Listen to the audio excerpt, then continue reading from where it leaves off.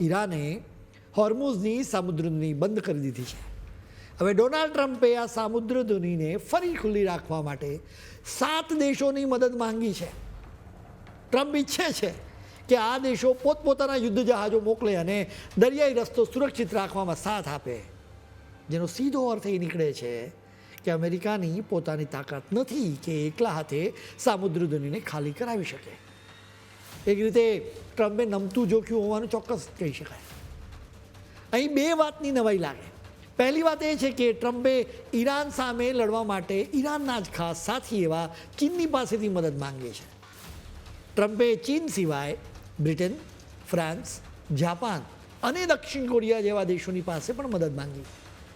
બીજી વાત એ છે કે અમેરિકાને આ બાબતે કંઈ ખાસ સારો પ્રતિસાદ મળ્યો પણ નથી. હવે આ દેશોએ ટ્રમ્પને કેવા જવાબો આપ્યા છે એ તમારે જાણવા જોઈએ. જાપાનના પીએમ સાનાએ તાકાઈચીએ સોમવારે મોટી જાહેરાત કરી દીધી. તેમણે ચોખ્ખા શબ્દોમાં કહી દીધું કે મધ્ય પૂર્વમાં જહાજોના રક્ષણ માટે નૌકાદળના યુદ્ધ જહાજો મોકલવાનું અમારું કોઈ જ પ્રકારનું આયોજન નથી.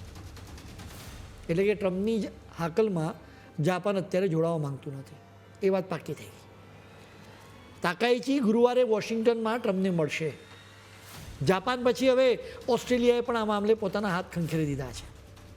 ઓસ્ટ્રેલિયાના મંત્રી કેથરીન કિંગે આ મામલો ખુલાસો કર્યો છે. તેમણે સ્પષ્ટ કર્યું કે હોર્મુઝની સામુદ્રધુની ફરીથી શરૂ કરવા માટે ઓસ્ટ્રેલિયા પોતાનું કોઈ પણ યુદ્ધ જહાજ મોકલવાનું નથી. તેમણે એમ પણ કહ્યું કે આ રસ્તો કેટલો મહત્ત્વનો છે એ વાત અમે સારી રીતે સમજીએ છીએ, પરંતુ આ કામગીરીમાં તેઓ કોઈ પણ પ્રકારનો સહયોગ આપવાના નથી. આમ જુઓ તો અમેરિકાના એક પછી એક સાથી દેશો હવે આ મિશનથી પાછળ હટી રહ્યા છે.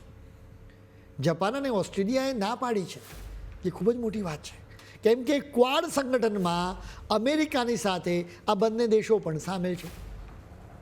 ક્વાડનો મુખ્ય હેતુ એ છે કે દરિયાઈ રૂટ ખુલ્લો રહે, એના પર કોઈ એક દેશનું પ્રભુત્વ ક્યારેય ન રહે. ક્વાડમાં આપણું ભારત પણ સામેલ છે. ક્વાડના સભ્ય દેશોની સાથે નાટોના સભ્ય દેશો એવા બ્રિટન અને ફ્રાન્સે પણ ટ્રમ્પને ઝાટકો આપ્યો છે.